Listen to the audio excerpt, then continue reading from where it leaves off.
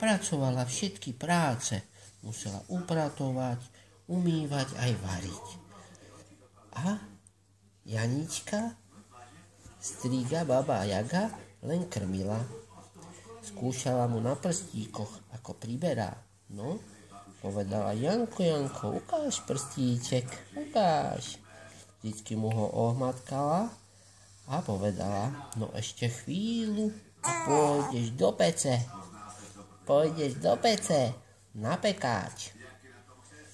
A tak dni utekali, Janko priberal, až zrazu nadišiel deň, kedy ho chcela upiecť. Ale Janko vedel, že sa niečo deje.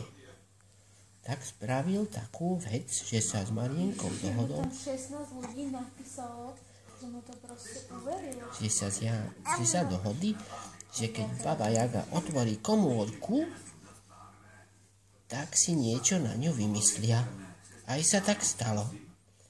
Baba Jaga odomkla komórku a kázala Jankovi, aby si sadol na lopatu. Ale on povedal: a ja to neviem, ukáž mi to.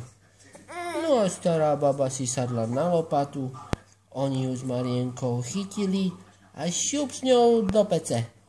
Zavreli vrátka a babu Jagu upiekli. A boli radostní a pobrali sa domov. No, doma našli mamičku, ocinka a všetci sa radovali. Ukáž, ako sa